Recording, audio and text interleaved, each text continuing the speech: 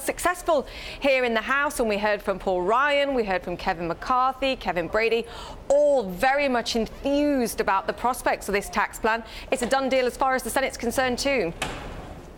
It's very likely a done deal, I would say. The Senate Republicans have 52 members. Only one of them is expected to be absent. Senator John McCain is in Arizona, receiving some treatment as he battles brain cancer. But all the other 51 Republicans appear to be on board. They seem to comfortably have the votes. We're expecting it to happen, I'm told, by one source between 8 p.m. and 11 p.m. this evening, once they burn out some debate time that they have to. A big deal on the House. They got 227 to 203, as you point out.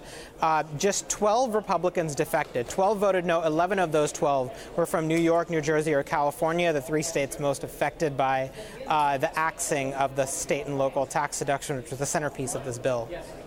Sahil, so what's next? All right, so we know it's going to pass the Senate. There's probably going to be like a big Rose Garden ceremony for the signing. Trump will want to use this fact that he finally got something big accomplished and passed and signed as a tool for momentum. Where does the White House go next?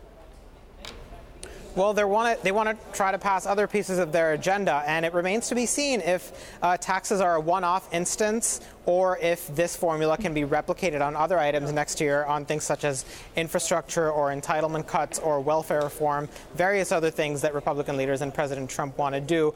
Keep in mind, they only get one bite at this apple on reconciliation, where they can pass things without Democratic support in the Senate per year. So it's hard to see. It's very plausible that we return to a place where Republicans kind of get jammed on other items while getting this tax bill through. But I don't want to understate the significance of this. This is very important. Not only are these tax cuts in this bill, it opens up parts of the Arctic National Wildlife Refuge to oil drilling.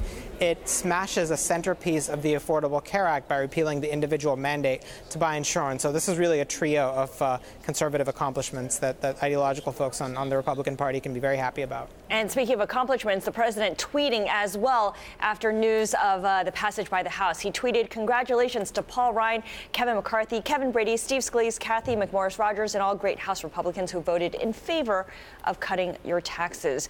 Sahil, of course, they want to get to the rest of their agenda, but in the meantime, the folks in Washington need to make sure that they can fund the government past Friday.